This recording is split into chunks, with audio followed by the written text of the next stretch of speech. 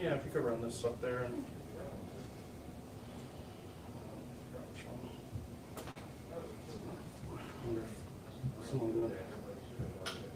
It kind of sounds like someone sharing the same signal. Yeah.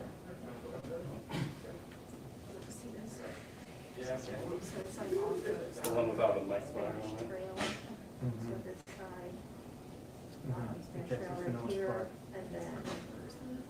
Yeah, that's also basically more. Okay, those are the 3 areas. That's what we're doing. That's what we started with yesterday. Yeah, and I think they're continuing through those today. Good idea. But I would just Let me put it higher for you. Yes. I mean, we're going to be doing several houses, and this is going to be ongoing. So if they don't get your stuff the first time, they'll get it the next time. This one? It doesn't have a mic screen, or gun screen, I don't think. This one? Yeah. Yeah, that's not. Yeah. No, I just, yeah, do this for mine. Okay.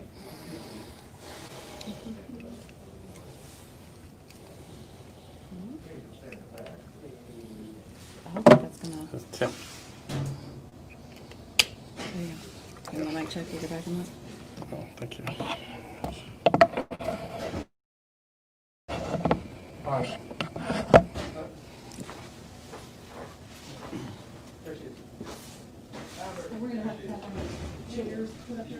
You ready, Dan? I'm giving him a mic check real quick. Writing on here. Tried to- Dan, you ready for a mic check? I thought it was gonna be late, so. Mic check 1 2 3 4 5 6 7 8 9 10. Mic check 1 2 3 4 5 6 7 8 9 10. Thank you very Yeah, much. you're welcome. You see it like that short? Yeah. Yes, thank you. It's all about Florida right now. Rick asked me what the line's gonna be this game on the weekend, the game this weekend. So. Ole Miss is always tricky. Our new family rivalry with my daughter there, so it'll be interesting to see what happens. We were planning to go when the game was gonna be in October. Right. but Obviously now. Yeah.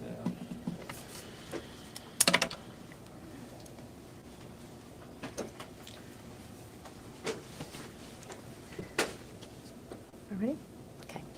Good afternoon. I'm Janice Gilley, Escambia County Administrator, Escambia County, Florida. This afternoon, I have with me Marie Mott, Director of the Department of Health, the Mayor of the City of Pensacola, Commissioner Robert Bender, and Todd Thompson, who is the Executive Director of the Pensacola Area Chamber of Commerce. As we decompress our response operations, I wanted to let you know that all of our pods are now closed as of September 22nd.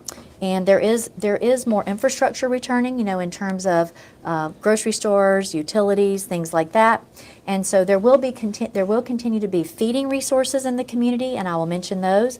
But I did want you to know that our pod sites were able to service 36,074 vehicles. And then roughly, we were able to provide 58,991 cases of water, 36,659 MRE boxes, and 21,000 ice bags. We do still have some more commodities that are available, and we will continue to provide those to communities as we continue to go throughout the recovery based on need. We have had over 40,187 meals provided throughout the community, and we do still have tarps coming in. They are being provided throughout the community, and as a matter of fact, today there were some provided in the Carver area in Cantonment, and also Molino, as well as Beulah. The shelter did close at noon today. The Red Cross worked with those that were displaced to help find them alternative locations. We are continuing to have feeding, as I mentioned, by the Salvation Army, the Red Cross, Mercy Chef, and then also there is an opportunity for you to have a drive-through for a meal at Olive Baptist Church, and that's from 4 p.m. to 6 p.m. this afternoon. We are still under a curfew on Perdido Key, and that extends until September 24th, and that is from 10 p.m. at night until 6 a.m. in the morning. As we're moving to our recovery mode, I want you to know that, as we've been mentioning, all of our partners are closely working together, the state, the federal, the city, and the county. And those preliminary assessments are still continuing to be done. This is, as I mentioned yesterday, These assessments are constantly communicated through the state to the through the state to FEMA, and then it is also relayed to the White House and the President. So to date, our assessments have determined that there are $182.6 million worth of damage to the city, the county, the school district, and ECUA facilities. I did just get off the phone with Director Jared Moskowitz with FDEM, and he did assure me that he feels extremely confident in us getting a major declaration this week. The county is looking to coordinate a meeting with the cities of Gulf Breeze, Pensacola, and the National Park Service and the Santa Rosa Island Authority, and hopefully FDOT, to talk about ferries or other types of services for the beach. As many of you know, it is a long way from our community all the way around to Santa Rosa Island. And we have a lot of residents and we have a lot of workers that are just not going to be able to spend hours and hours in traffic for a long number of months. So it's important that we all work together and coordinate that effort. Another thing that I'd like to continue to share with you is that we need you to review your insurance policies. It's for your protection. Hopefully you have already been taking your photos, submitting those photos, and recording that information that you need to protect yourself and get recovered in your own home. If you need assistance with debris cleanup, we are still having folks that are here. They are taking your information and they will get to you as soon as they're able to in your community. And they're able to help you with debris cleanup, what you call mucking, tarp installation, and also mold remediation, which is something that we all know will be coming down the road. So one of the groups is called the Crisis Cleanup Group. They're available at 800-451-1954, and then we also have the Florida Disaster Relief Fund. Those folks are available at 904-253-9924. We would ask you, as you know, the weather continues to change, please continue to monitor your radio or your local news to protect your safety as you're doing cleanup. Contractor scams. We've all tried to provide you this information, so I do hope you will heed this advice. Contractors can easily be checked out by contacting the Building Inspections Department by building inspections at myescambia.com or at 595-3509. We also would ask you to consider looking at the Department of Business and Professional Regulations at myfloridalicense.com or at 850-487-1395. And then, of course, the price gouging that we continue to warn you of. There are hotlines related to that.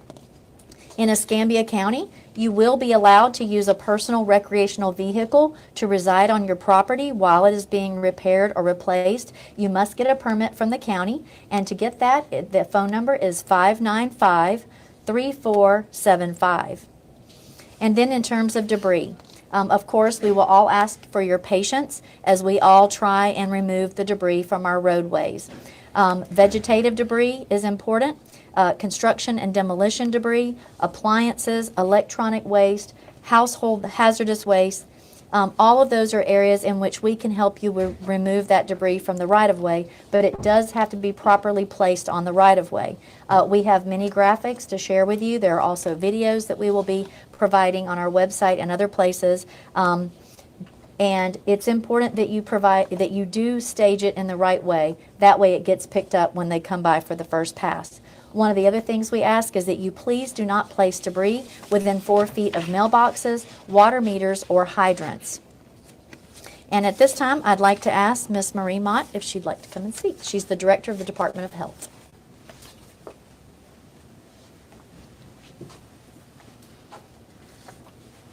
Thank you very much. Marie Mott, Florida Department of Health in Escambia County. I just want to remind everybody that our client services and our COVID testing services are resumed and fully operational.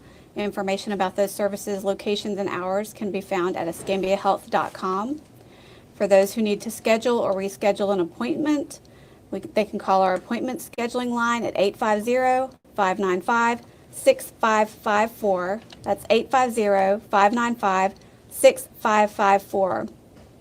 We also have mobile immunization strike teams in the community providing hepatitis and tetanus vaccines, and mobile environmental health strike teams in the community providing education and assessments on water, sewer, mosquito, and other environmental health hazards. I'd like to remind everybody to avoid unnecessary exposure to floodwaters and stormwaters and avoid injuries and animal bites and scratches. If you experience any of these, I recommend seeking immediate medical attention and considering any vaccination needs you may have, such as tetanus, hepatitis B, or also needs for hepatitis A vaccination. Please remember also to stay away from animals that are not yours and keep your animals vaccinated against rabies. If you have a private well, or if you are still on a boil water notice, which I think are very limited at this point, please remember to boil, bleach, or bottle your water to protect against waterborne diseases. That is, bring your water to a rapid boil for at least 1 minute. Add 8 drops of regular household bleach per gallon of water, or use a safe supply of bottled water. If you have a private well, you also should consider getting your well tested. And for information on how to do that, you can call our environmental health office at 850-595-6700. That's 595-6700. And now I'd like to turn over to Commissioner Bender.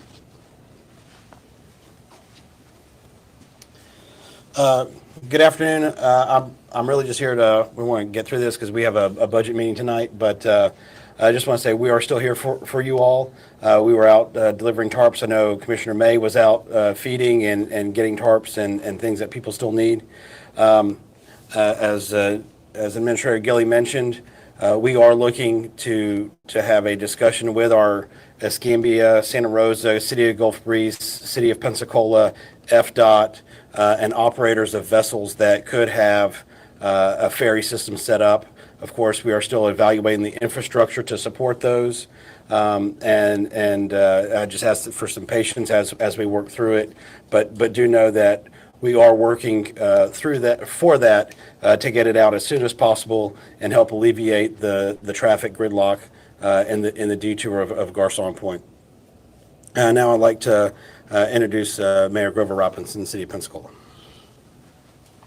Robert, thank you. First off, I want to thank Casey Lagarde for being here yesterday for me. She does an excellent job for us, and she's probably a lot better to look at than I am. But I'm here today. We had council meeting yesterday. I want to emphasize again, all of us are working together, and we ask for your patience. Please continue to contact us if you have things that you need us to know, and let us know. We'll tell the proper either utilities or the city departments so that we can work with you to get something done, but we ask for your patience. There's a lot of work being done right now, and we want to communicate that. All of the city's 92 signalized intersections are working, and all city roadways should now be open. All major stormwater ponds have been pumped down successfully, and stormwater pipes and inlets are currently being cleared by city crews. If you have a manhole or an opening, gutter opening at on your corner of your house, please help us remove any debris from that area. We greatly appreciate your assistance, but we are continuing to monitor those and continuing to clear those. Damage assessments to city buildings have been completed. The current damage assessment of facilities is approximately 10 million. City parks and recreation facilities are currently being assessed for damages. All 353 trees that were blocking roadways have been cleared. If there's a downed tree blocking your street within the city limits of Pensacola and it has not been cleared, please call Parks and Rec at 850-436-5670. 436-5670. All city and community centers have been assessed for damages, some of which are now being used to house volunteers. Also, along with Osceola Golf Course, damage assessments will continue this week. Now that all reported trees have been cleared from roadways, Parks and Recreation are turning their attention to cleaning up parks and athletic fields, along with working to get the community centers back open. Damage assessment of parks and recs and waterfront assets are currently taking place. Preliminary damage assessments are expected to be completed in the next 24 hours. The current park estimate at this time is approximately 10 to 12 million, as above the 10 million for building facilities. The city staff went to FEMA's damage assessment team today, and we'll go out again tomorrow with additional damage assessments. The city distributed over 1,000 tarps Sunday at fire stations 1 and 6, and then Monday had several community centers. I believe, I didn't see Eric, I believe those are still going on at this particular time. We are working through the same ones that we had talked about before. Private property damage assessment is currently at $15 million in the city of Pensacola, but has continued to be assessed. Of a total of 15 crews, 10 city and 5 contractor crews began debris removal yesterday. More crews will be added later this week to expedite debris pickup. As of last night, we picked up approximately 4,000 cubic yards of yard debris.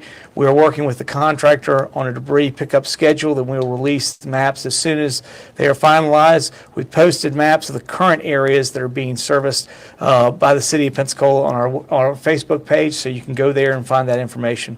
Please be patient with us as we work through areas for the city for debris cleanup.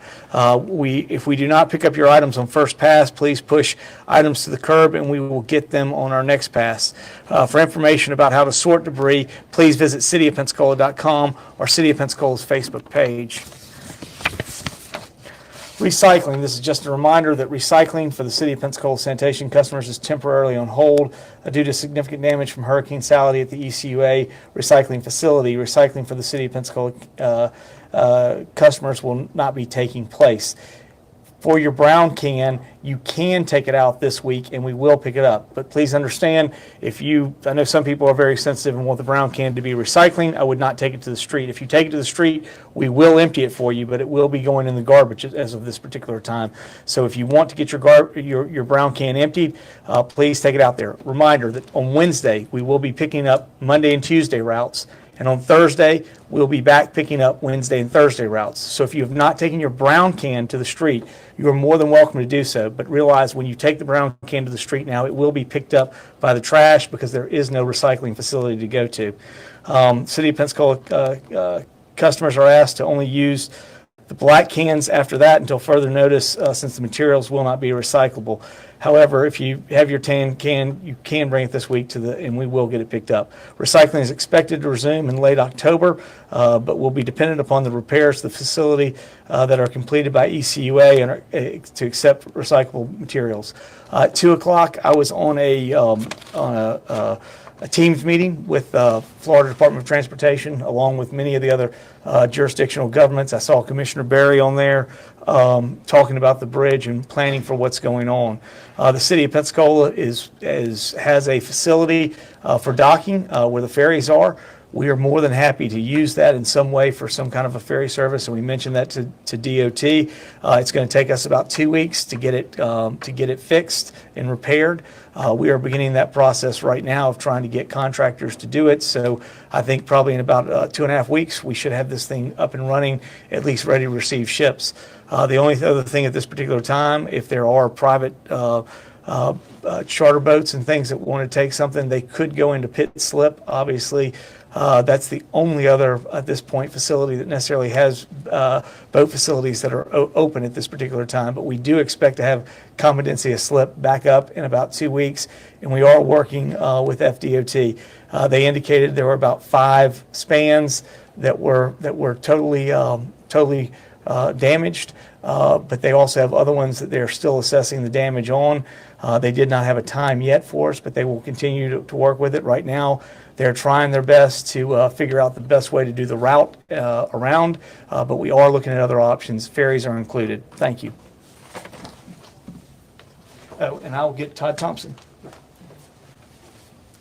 Todd Thompson, President and CEO of the Greater Pensacola Chamber of Commerce.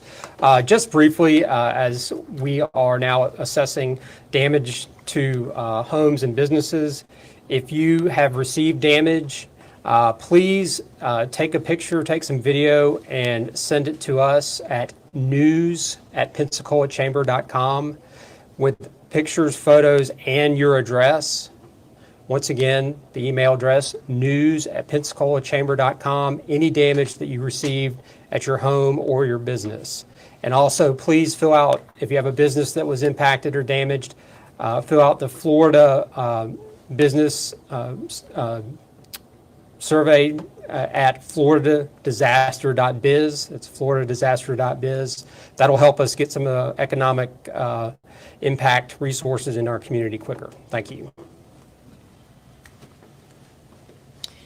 Okay, just a few more closing comments. So the Citizens Information Line is still available, and that is 850-471-6600. And then you may also call 211. I have heard those folks on the phone with individuals, and they've been doing a really good job of just trying to help people through this particular situation.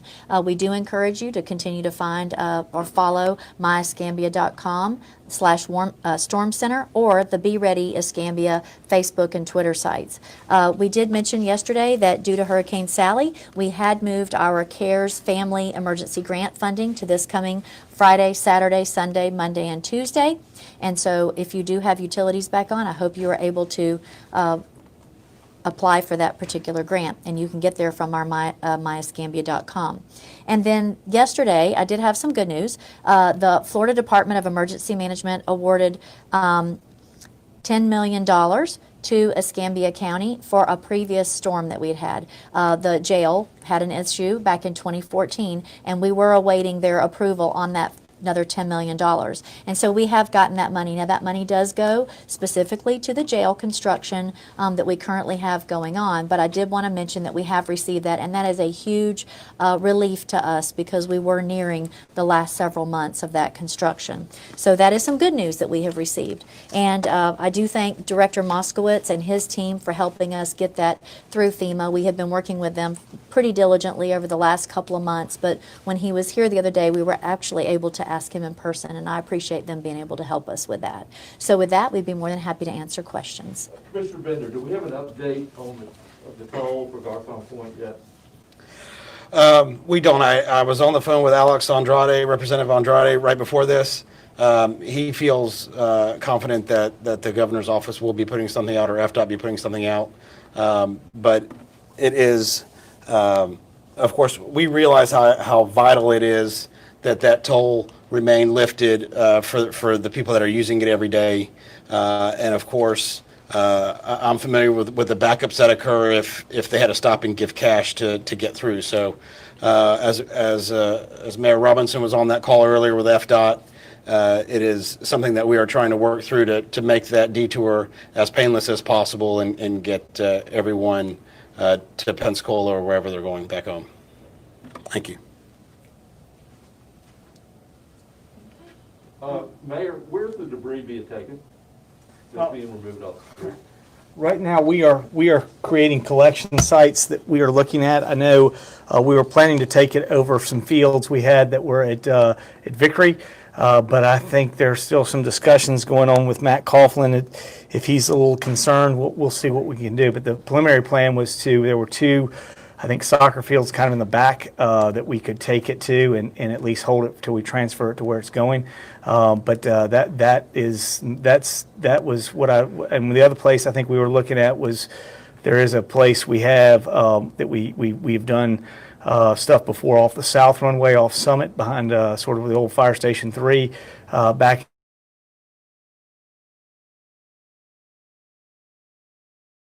places right now. I don't have a final destination of what's happening with the contractor that we have, but I can get that for you, and Casey, we can get that. Has the base center or the current shelter been closed? And what are happening to those folks who are there at that time? Are they being given vouchers to a hotel, or are they being transported to another location? So it's our understanding Red Cross is in charge of that particular process, and they were able to assist the 25 families this morning. Baldwin County still has 11 pod sites open and operating. What was the decision process in closing the pods? So I'm more than happy to answer that. I know that Mr. Gilmore's here if he needs to provide any context to what I may say. So that we've had the 7 pod sites, and those are typically a 72-hour post-storm. So you have the 72 hours are on you, and then the next 72 hours the state comes in and helps you. We have been monitoring those sites, and I was actually on the phone with Commissioner May this morning talking with him about it, and he said that his sites were looking very good. And as I mentioned, we do still have commodity that will be in the community, but typically those sites are for 72 hours after the first 72 that are on you. So that's a state rule for the 72 hours? I would say it's a policy that is a consideration. I would not say it's hard and fast. It also depends probably on the need and the demand. So for example, in our community, our utilities have done a really good job of getting the utilities back up and going. And so once you start having businesses that are open and the opportunity for you to get access to those utilities, those businesses that can provide those commodities to you, that's typically when the state starts shutting them down. Has all the barges been accounted for, and do we know if there's any additional damage? So we have requested that FDOT provide us someone here or Skanska to answer those questions specifically to you. I know that the Pensacola News Journal did provide a graphic and a map. I was also made aware that there were also folks out there trying to remove some of the barges from underneath the bridges. But beyond that, I really don't have an official answer for you. But I definitely believe that the Department of Transportation and Skanska need to come to our community and answer those questions. That's important. We all have those questions about this, and we've not really had a lot of response from either of those entities. Have we ever figured out how Alabama's been able to skip having the FEMA assessment team and getting the major declaration? So I wouldn't necessarily say that they've had a skip. I'm aware that they are having those assessments that are going on. One of the They things. already have the declaration. They do. They absolutely do. And I would say there are a couple of things that I would say are part of that consideration. If you all remember, this storm's path was the Mississippi, first it was Louisiana, then it was Mississippi, then it was Mississippi-Alabama border, then it was up the Mobile Bay. And so what happened was Kay Ivey did a pre-land declaration. And when you do that pre-landing declaration, that gets you a little bit ahead of the curve. And so that's what I would say would be one of the things that probably helped Alabama in this regard. Yeah, on the bridges, I was in that DOT call that they continue to be working on. They have been sending divers down to locate the rest of them to figure out what's there. It was good news and bad news on the part. One of the best news of all is the walking path is actually in very good shape. They still have yet to check the underneath, but they were surprised at how well. But remember, the walking path does not have any piers, so it was not hit in any way. It probably means if there had not been any barges, we probably would have sustained no damage with the hurricane, which is exactly what you want to hear from the bridge. But so that was the good news. The bad news is there are multiple barges that were sunk. They are continuing to work on those. There are some piers that have turned. It doesn't necessarily mean that they are beyond repair. They're still trying to assess that. So they had a good discussion with us. DOT at least talked to us today about a little bit about what they're working on. The big challenge they said, I think, is the wind had kicked up. I think that storm system that's coming through, and that had made it difficult for their divers, the dive teams, and really it's the support crew that they talked about that. So they still have a couple spots that they need to check, but they have found, they did find a couple of the barges that were submerged right there at the base, and they are working on that as we speak. Sheriff, do you have any update on the missing person you mentioned yesterday, or any missing people from the storm? We don't have any ID. I will confirm that we have recovered one male and one female body. They've yet to be determined as to who they are. Okay, they're at the medical examiner. Do you know when that happened? Do you have a time frame? Yes, yesterday and today.